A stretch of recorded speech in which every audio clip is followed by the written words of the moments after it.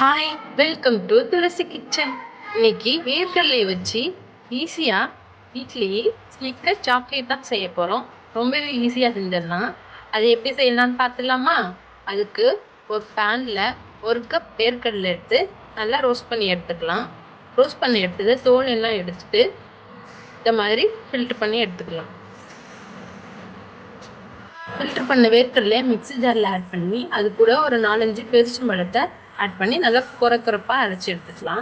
அரைச்சி வச்சதை ஒரு பவுலில் ட்ரான்ஸ்ஃபர் பண்ணிவிட்டு அது கூட கொஞ்சம் கண்டென்ஸ் மில்க் ஆட் பண்ணி நல்லா மிக்ஸ் பண்ணிக்கலாம்.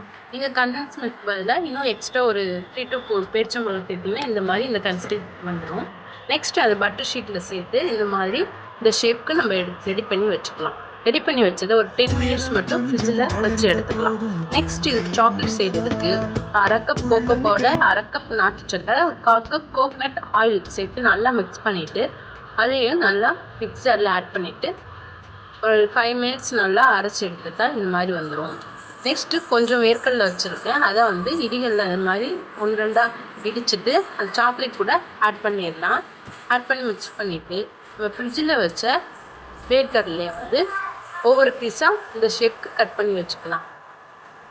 கட் பண்ணி வச்ச வேர்க்கடலையை சாக்லேட் கூட நல்லா டிப் பண்ணி எடுத்துக்கலாம். இந்த மாதிரி எல்லாத்தையும் ரெடி பண்ணி வச்சுட்டு இதுலேயும் ஒரு ஃப்ரிட்ஜில் ஒரு 10 மினிட்ஸ் வச்சு எடுத்தோம்னா ஒரு சூப்பர் அண்ட் டேஸ்டான வீட்டில் ஈஸியாக செய்யக்கூடிய ஹோம்மேட் ஸ்னிக்கர் சாக்லேட் ரெடி ஆகிடுச்சு. டேஸ்ட்டு அப்படியே ஸ்னிக்கர் சாக்லேட் மாதிரி தான் இருந்துச்சு. கண்டிப்பாக ட்ரை பண்ணி பாருங்கள். இந்த ரெசிபி உங்களுக்கு பிடிச்சிருந்தா நீங்களும் செஞ்சு பார்த்துட்டு சாப்பிட்டு பாருங்க. நெக்ஸ்ட் ஒரு ரெசிபியோட சந்திக்கிறேன். பாய்.